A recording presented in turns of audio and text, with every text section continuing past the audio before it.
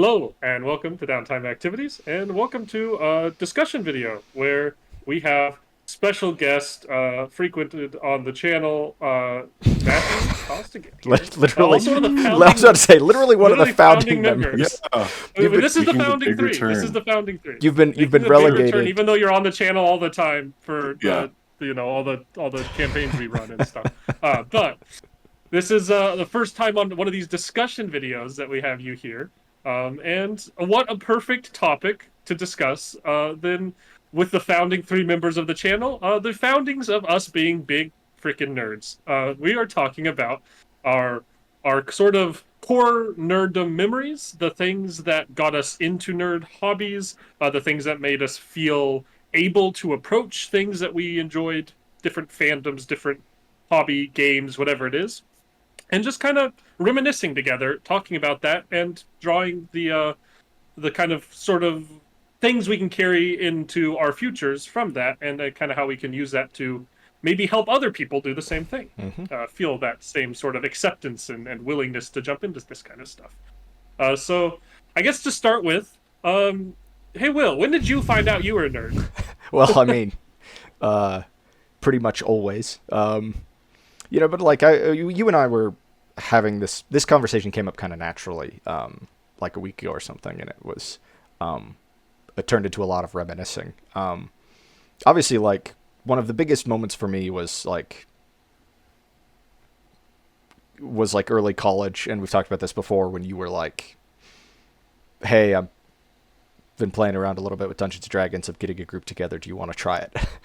And you and I were only kind of half friends at that point. Like, Yeah, we'd known each other for a few years, but we'd never really hung we weren't out. close friends. No. But And we were friends. We had mutual friends, really. and That kind of made us uh, adjacent.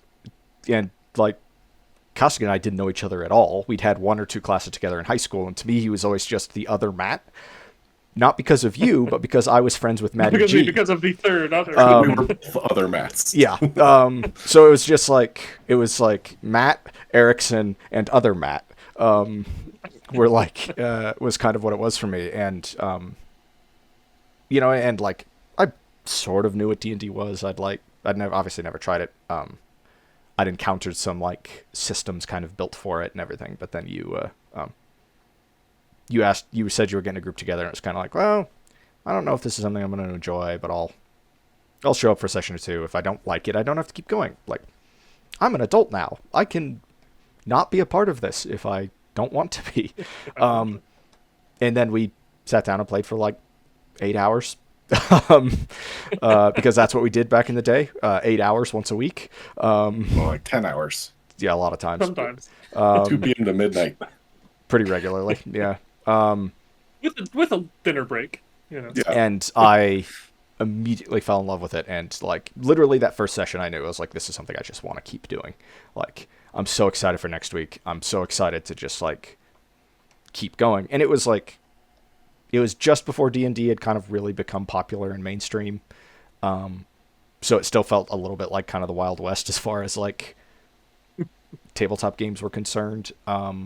And so like everything about it was new. Like every level up was just like, whoa, what do I get at this level? What are my options? And like, where do I want to go? And it was like, and obviously we all look back on that campaign super fondly, but like, that was a big moment for like where I am now, as far as like, I mean, we have a YouTube channel devoted to this sort of thing.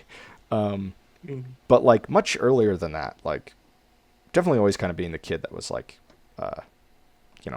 playing pretend and like running around with friends and stuff like that. But like the reason that I brought this conversation up with you like a week ago was I these two moments in particular stuck out to me recently of like, I think those had a much bigger effect on me than I thought, as far as like getting into D&D and like getting into nerddom stuff. And like one of them was when I was 9 or 10. I don't know where we were, but we were like on a trip somewhere or visiting family friends or something. I'm pretty sure we weren't in the city that we lived in at the time. And we visited a family like for dinner, and they had a son who to me seemed like an adult. Like He was super old, like yeah, 15. like exactly, like this was a grown ass man.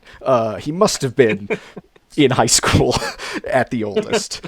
And I just remember that like I think he was their only son, and he had like dominion of kind of the whole basement of the house, right? Like it was his lair almost. Like the huge flat screen TV surrounded by bookshelves and video game consoles, and he was a huge Lord of the Rings nerd. He had like the Lord of the Rings chess set and like the the video games and just like a bunch of the like reproduction props and stuff from the films and posters and I just remember like despite the fact that like I was a kid and I'd seen Lord of the Rings at that point. I saw Lord of the Rings in like 3rd grade, which is probably the perfect time to see Lord of the Rings because it's just like the most cool epic thing in the world when you're in 3rd grade. Mm-hmm. I think I went as a ranger for Halloween, like in 4th grade, because I'd watched all the Lord of the Rings films.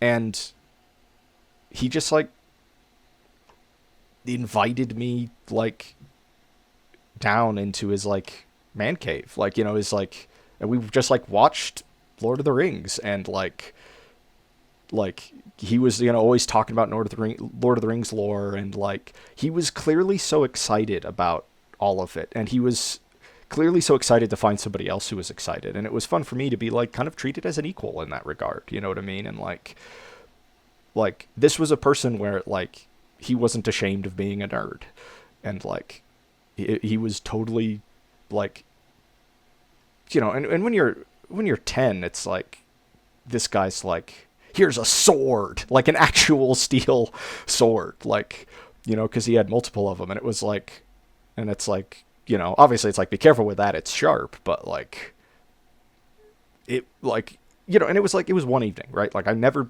saw that guy again. Don't remember his name, no idea where we were, but there like that like moment has just like really stuck out to me recently of like I think especially with you talking about some of your recent nerddom interests and nerddom sort of quest stuff, there was like that moment sticks out to me as like having sort of that feel, that sort of immersion. And like it's weird that it's like I didn't realize till years later like sort of how much that meant to me. And then the other big thing that I thought about recently was in middle school.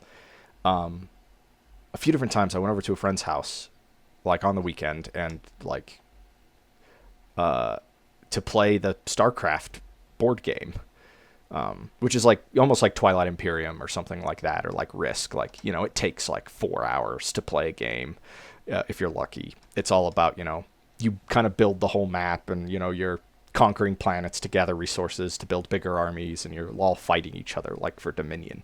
But it'd be like 4 or 6 hours of hanging out at a friend's house, and like his mom would make everybody dinner, and we would just like hang out and be nerds. And it's like I didn't realize until recently that I was like, that's kind of the prototype of what D&D became for me, of just the like, I'm gonna go over and like be a nerd for 4 hours or 6 hours or 10 hours or 10 hours and like, and we'll have a dinner break, and it's like it's going to be as much just us hanging out and like telling goofy stories and being weird and having inside jokes as it is like the game we're playing. But the game is sort of the central thing that's like bringing everybody together, and that like and and we didn't do it all that much. It was only 3 or 4 times,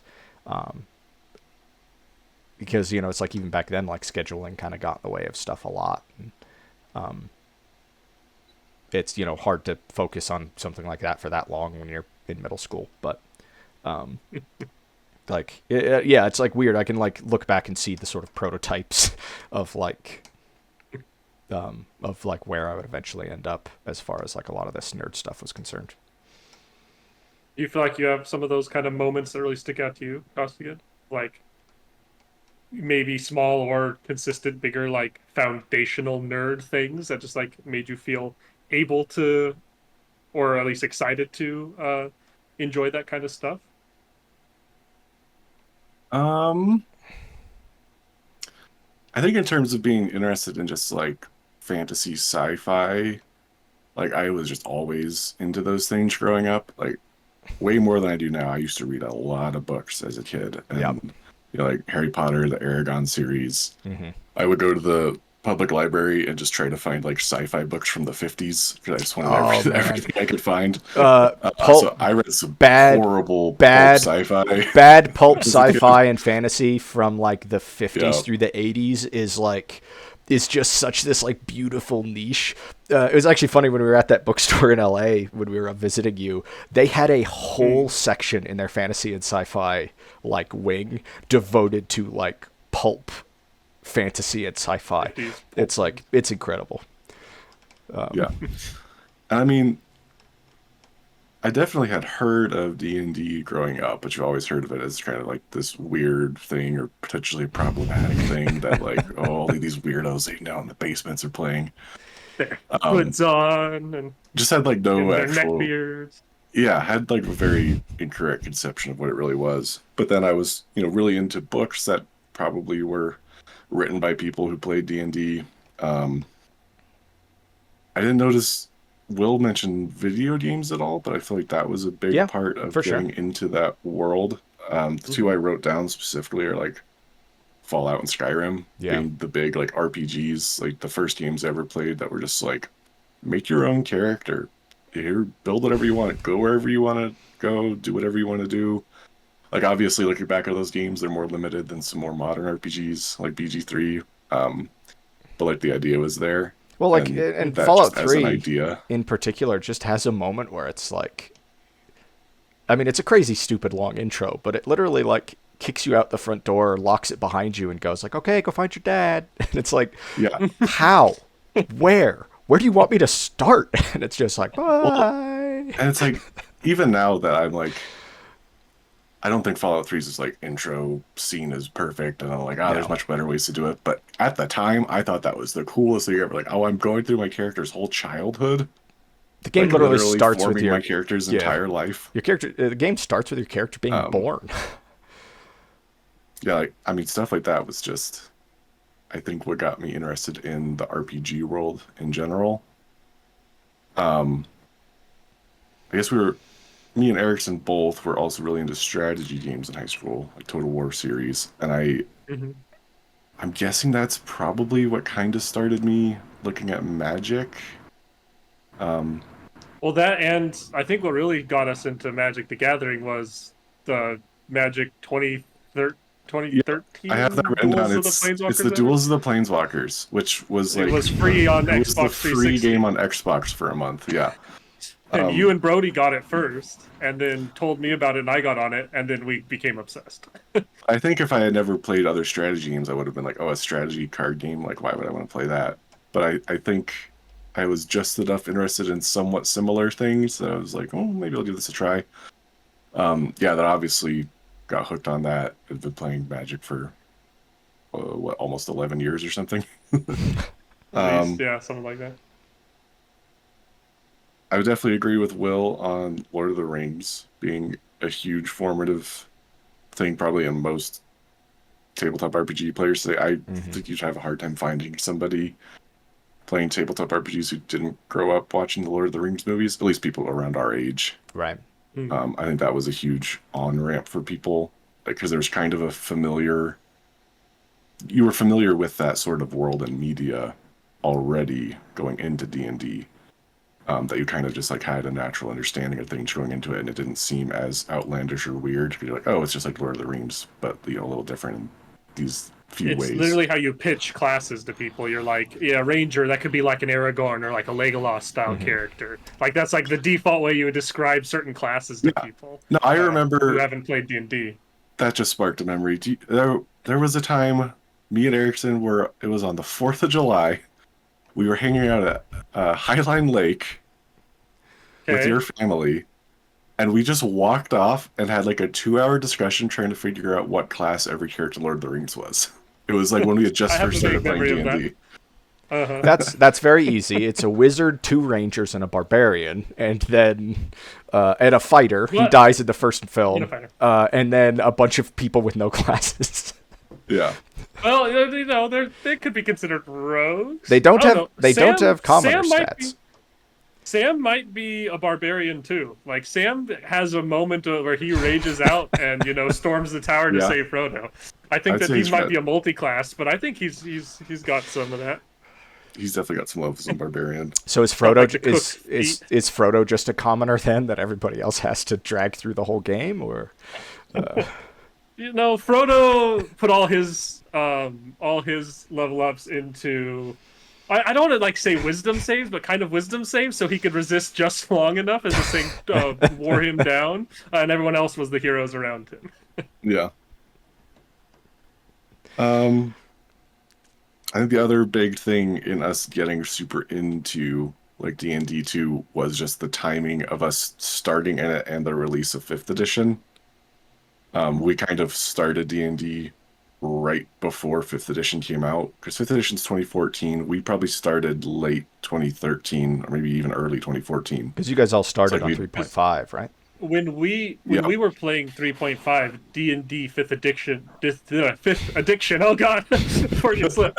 Fifth edition was I believe called D&D Next at that time when we Mhm. first started playing, because I It was just in playtest. into like the YouTube of it. It was all the play testing going on, and what got me started was watching a bunch of Wizards of the Coast videos showing their staff members play testing D&D Next, and it was these 5th edition rules that they were trialing before they released the new edition. So yeah, we started on 3.5 as 5th edition was coming out, sort of. But I think that probably added a lot to our excitement about D&D, with the fact that we just got into this new hobby, starting to get really into it, and then you find out a whole new edition is coming out in like 4 months, and we're like, so I think that had a big impact on us like sticking with it as well. And then we ended up playing. I mean, we've been playing 5th edition now for 10 years. Now that it's becoming 5.24 or whatever you want to call it, which is a whole other discussion that we'll probably have at some point. 0.5.01. Oh no, it's in beta. Yeah. But in terms of just like timing of like, I was always pretty nerdy, but mostly just like reading nerdy books and stuff. And then I think the timing of me getting into nerd hobbies was like senior year of high school. Like I played football all through high school, spent all my time in the weight room, football practice and stuff. And then senior year, football season ended, and I was like, "Why don't have another season to be preparing and working out for?" So I just suddenly had way more free time. And I think that's just kind of naturally what I started filling that free time with, was just getting interested in some things that I kind of heard about and was sort of interested in for years, but had never actually tried. And I remember you and I had the same first soiree into that, and it was actually a OG Pathfinder game. It was a Pathfinder first Tristan edition ran. game. Mhm. I think we only went and played once, and We my played one character session. was an absolute joke, meme, terrible character that I'd be ashamed to play now. But I remember some aspects of that, and that first kind of adventure into it was something that kind of cut our teeth on that and sparked that. I'm pretty sure that session 2, I wanted to play a rogue and just got them mixed up with ranger and just accidentally built a ranger instead. I just forgot which one was which. And built a ranger. I was like, this isn't what I thought I was doing. I walked into that first session of 5th edition, what we call the Dracos campaign, with the 2 character concepts in my head that were that are the 2 most basic white bread character concepts of either a half-elf ranger or a halfling rogue. And decided to play a halfling rogue. You didn't do human fighter, so It's you're true. you're one step away from the most white bread option. And ended up going with halfling rogue. I don't feel like that character ended up being a like super generic like white bread character. I feel like, especially by the end of that campaign, or by character deaths over the course of that campaign, people ended up like with these really interesting, like kind of nuanced characters. But like literally walked into it with no idea what to expect, and the 2 most like generic character concepts it was pretty much possible to have. But I also think you did a good job of like, immediately forcing some nuance into those characters with like requiring everybody to kind of come up with a character secret and kind of working hard to build everybody's backstory into the world and stuff. And characters, partially just because of that, I think quickly became very interesting. But it's just funny, yeah, looking back on it, where it's like, ooh, I get to try this thing for the first time, where I can make literally any character in the world. My 2 character concepts are like Half Elf Ranger. yeah, picks number 1 and number 2 on the generic D&D character list. I think that if you kind of look at the level of experience of players and the types of characters they made, that first campaign is a very good example of that, somewhat at least, of like, you and Matty G were very new and made semi, like, kind of classic starting characters, whereas, like, Koskин's character is a little weirder, because he had playing longer. Tristan had probably been playing the longest of any of us, and his was by far the weirdest character. Brody just does what Brody does, and he played the barbarian that could run through a brick wall butt naked and shatter it into pieces, because that's just who he plays. Well, Brody's an actual D&D barbarian in real life, so it just that's true. It was very natural for him. It turns out that he's actually just a method actor this entire time. That's his lifestyle. But yeah, I think that a couple things I want to hit on before I might talk about something. I also had like the big foundational things for me. I think were video games, movies. Being gifted the original Star Wars trilogy on VHS because I watched them all the time at a friend of my mom's house, and she's like, I never watched these, here, take them. And so falling in love with sci-fi from that. The Lord of the Rings movies was kind of a similar story, and falling in love with that. And then playing video games, The Elder Scrolls Oblivion, for all of its wacky goofiness. Shout out Horse Armor DLC, if you know, you know. But that game, yeah, it's like a video game culture meme. But The Elder Scrolls Oblivion was like absolutely this like foundational thing for me. I played hundreds and hundreds of hours of that game. I loved that game. And that was also a gift from Brody, because he had it, didn't play it that often, and I loved it, and he gave it to me. But a couple of things that stand out to me when we talk about some of these early on experiences is that there's a ton of people who have these interests, have like enjoy this kind of media and stuff, but aren't necessarily like super open about enjoying it or super deep into these kinds of nerd hobbies.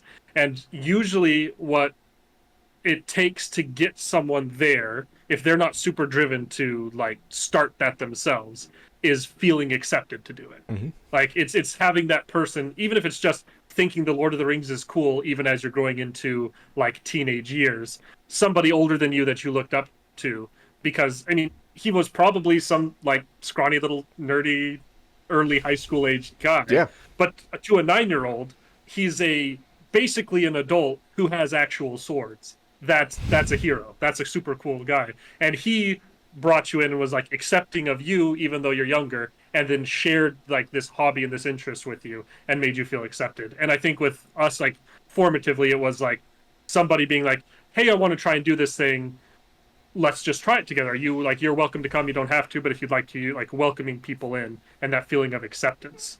And it's kind of a cool thing, I think, in the modern day that there's a lot more of that acceptance, mostly because these things are becoming more mainstream. And I know that there's some nerds who dislike that, but I think that it's actually I think overall it is a very, very good thing, that people don't have to feel as threatened to just like what they like and be interested in what they're interested in.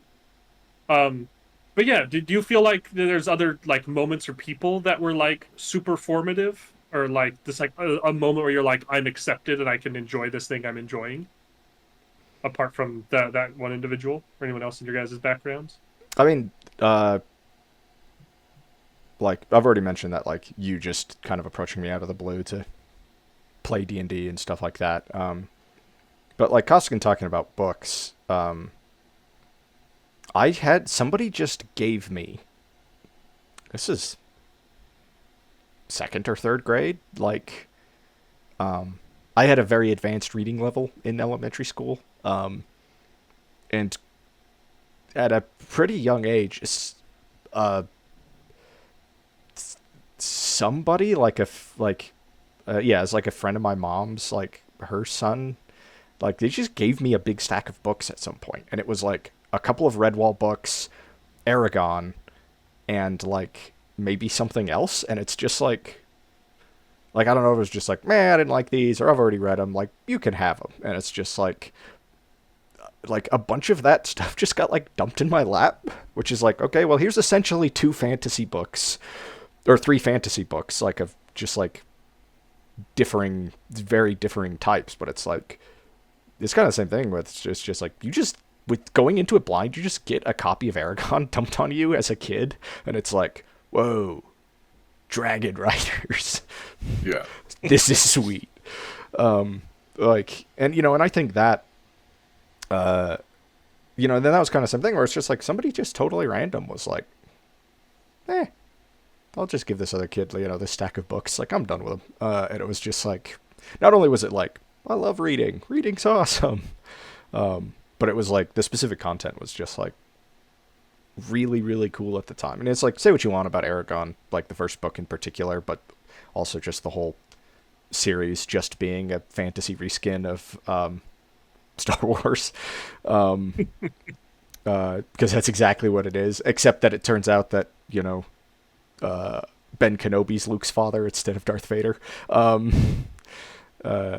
And Han Solo's his half brother. It's sort of the like, it's sort of the like twist. The 2 twists, and that's pretty much it. Spoiler alert! Sorry. Yeah, spoiler alert. And if you haven't read the Aragon series, that will make just absolutely no sense to you. You've had time though. You've had time.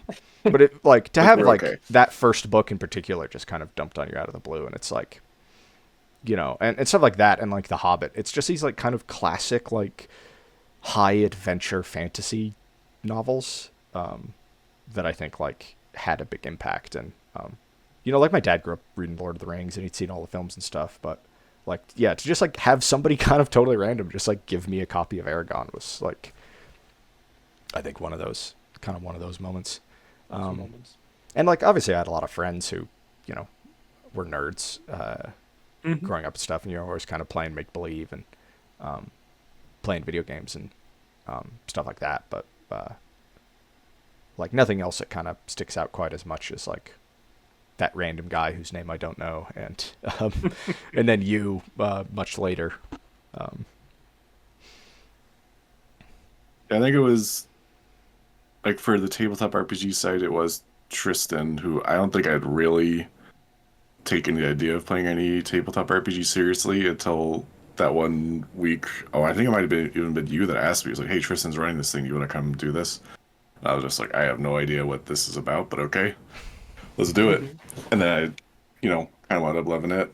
And on sort of the Magic side, it was, I think I was the first one who downloaded that like Duels of the Planeswalkers game when it was just like the free monthly game on Xbox. And then I was just like, hey, Brody and Eric said, you want to just try this game? And then you guys both I was like, were willing to. I don't know, I'm a little apprehensive, but sure, yeah, I'll try this, play a game with my friends. And then, of course, got hooked. Yeah, and then flash forward. How much money have we spent on it? Don't talk about it. Well, you guys, it wasn't too long after that, right, that you guys just bought, like, a random thing of, like, was it hundreds or... Was it hundreds or... Was it hundreds or... It was $1,000, or not $1,000. Terrible purchase. It wasn't that expensive because it was all chaff, but we literally like $14 or something stupid. But we bought this box of 1,000 random Magic the Gathering cards. But that was absolutely worth every penny because that was our like we dug through and looked at every single one of those cards and built decks out of them, and like that's how we learned the physical game.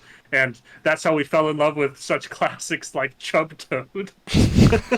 Shout out Chubtoad. Chubtoad is the best card. There's another one from that box. I remember Lava Axe fondly from that box. The old Lava Axe catch. What else was there? Chubtoad. There was like the illusory wall that we thought was overpowered because we didn't understand how cumulative upkeep worked. Yeah, There's so many. We didn't know that, like in the old days, walls just by the creature type couldn't attack, so we just thought this was the wall that could attack, and we're like, this is As it didn't broken. have the defender subtype or whatever. Like, what, a 3-mana 7/4 flyer? And then we were like, cumulative upkeep, what's that? Let's just ignore it. uh, but yeah, there was like some of those that for the card game specifically, that was absolutely a huge formative thing. I think that something that I think that anyone who's watched, if you're watching this, you're probably at least to some level invested into nerd hobbies. If you've found our channel and are watching this video on our channel, and so I think that something I'd like to kind of, as we're kind of probably getting close to a wrap on this video, closer to the end, like a call to action to people is two things. One, just be brave enough to like bring it up to your friends, because literally me being like, we've done this for a while. Like, this is when Brody and Kosk and I had played for a little while with other people and stuff. Me going to a couple other friends and being like, "Hey, this is something we're gonna get started. You seem like a big fucking nerd too. Are you interested in joining?" In nicer words, was enough to make this like lifelong friendship and these like amazing memories and this like core group that we played together was just like one person, a couple people being like, "We're doing this. Are you interested?" And other people being willing to say, "Okay, yeah, sure, I'll try it." And that made this amazing thing. And it was also like, for me, it was I'd been watching D&D content for a while, but didn't know how to approach it, didn't know how to start it, and offhand mentioned it to Tristan. And Tristan had started looking into it, and he welcomed me in. Like, he invited me to come do this thing, and he said he'd run it. And so it's like that person being willing to do that and putting themselves out there like that with him was led to me then being that person later down the line for a couple other people. So I think like be willing to have that conversation and be willing to like bring that up. And moreover, share your hobbies with younger people or with people who are like less like who maybe like you be that person to that kid. Mm-hmm. If there's that kid who's like super into Lord of the Rings and they're a family friend or whatever, and they're over at your whatever, they see like you show them your cool sword, show them your fancy castle diorama, whatever, action figures, whatever sort of things, collectibles that you have. Like, let them be excited about it and never take somebody's excitement and put them down for it. Right. Like be that person that's like makes them feel accepted and that this is a cool thing I can like. Well, and that's and that's something that like nerds haven't always done a very good job of, right? It's like like nerds are kind of famous for gatekeeping in some ways, and that's like that really sucks. Like, because the only way anybody like really gets into this type of stuff, I think, is being invited into it, and like when people make it okay to be a nerd, then it's letting people be comfortable as themselves is a huge deal, and that like especially when that happens when you're young, that's like that really matters a lot, to like have somebody make it okay to kind of play make believe, because that's like to some degrees what like Dungeons and Dragons and other tabletop RPGs are, but it's more than that. It's group storytelling, and it's like really deep social interactions and everything, and like if you can be a part of introducing somebody to that, like that has a huge effect on people. And don't typecast people as thinking, oh, this person just wouldn't be into this kind of hobby. Just my big example of that is I had a coworker who, before I worked with him, he had just been in the Navy for 8 years, and was very much a Navy guy. Was mostly into like mountain biking, camping, all these outdoor things. And then I found out later, oh, he's actually really into magic. And I was like, not at all what you would expect from this guy. So I would say don't even just look for other nerdy people in your life or in your work or wherever. Like, just be open about your hobbies at any time with anybody, because you really never know who might already be really into one of them, and they're uncomfortable talking about it because it kind of would go against other people's perception of them. I mean, you were literally talking about how you started D&D because you were off season for your like years long time playing football. Like, Yeah. when we're talking about stereotypes, the D&D player and the football player are the two opposite stereotypes in every show ever, but they can very much be the same person. Yeah, absolutely. It turns out magic is like a huge thing in the Navy, which Now, when I think about it, it makes sense. If you're just stuck on a ship for months at a time, it's a good hobby to bring along. Doesn't take up a lot of space. Training everybody to be strategists. So if you know any Navy guys, ask them to play Magic with you.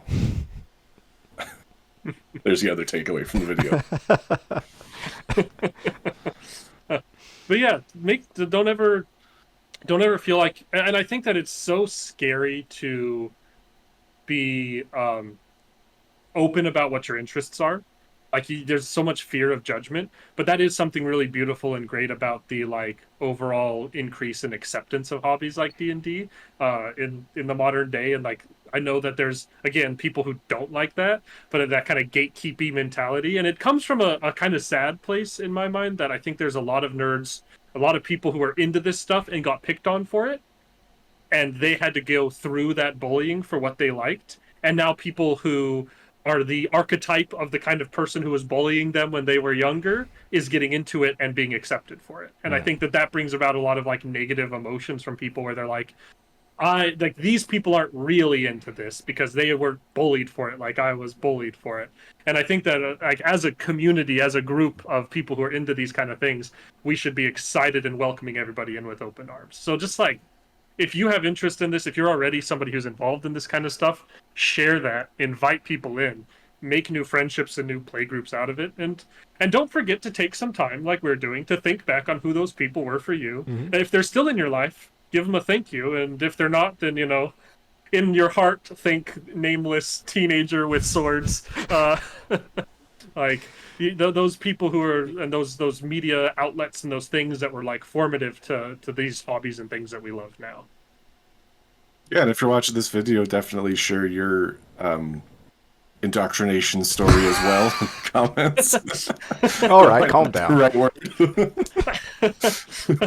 We'd like to know who in the nerd hobby church to send a kickback to for indoctrinating you into our cult. Yep. So if you could put a name and an email for whoever we can send our regards to for getting you involved. It's the only way this pyramid scheme works is if those people are known. So we need to make sure they get their $5 for every person that they've recruited. Keep indoctrinated. Yes, welcome to the Scientology of tabletop RPGs. Just kidding, don't come for a YouTube video. Oh, they'll demonetize us. Good thing we're not monetized. Hey, everybody. Well, I guess that's probably a good place to stop. I think we have plenty of other stories and stuff we could ramble on about. I know I have plenty of things, but just like it's fun to take these moments and to reminisce on what got us where we are now, and to thank the people and the things that did that. So if you can, be that to somebody else in the future and help them start into their indoctrination. And that's what we're calling it now. That's what we're calling it now. Hope you are all indoctrinated. Now go forth, slay dragons, sling spells, roll dice, and enjoy your downtime activities.